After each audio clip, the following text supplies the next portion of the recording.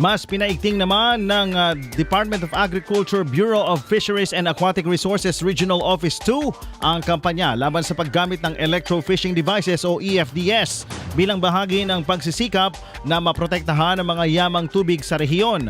Ayon sa BFAR 2, sa nakalipas na 10 taon ay nasa average na 15 improvised electronic fishing devices units ang voluntaryong isinusuko bawat taon, habang tinatayang 10 kaso ng paggamit ng naturang kagamitan ang taunang isinusumite ng mga law enforcement agencies para sa kaukulang aksyon. Sa taong ito, mahigit 10 electro-fishing devices units na ang na-certify mula sa mga nakumpiska ng pulisya bukod sa 3 voluntaryong isinuko. Sinabi ng ahensya na lahat ng electro-fishing devices units na isinusuko o na i-turn over sa pamamagitan ng korte ay agad na dinidisassemble at dinidispose upang matiyak na hindi na muling magamit.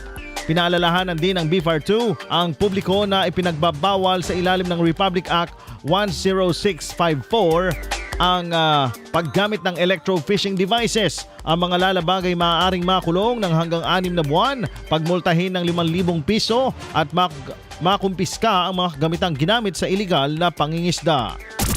IFM News.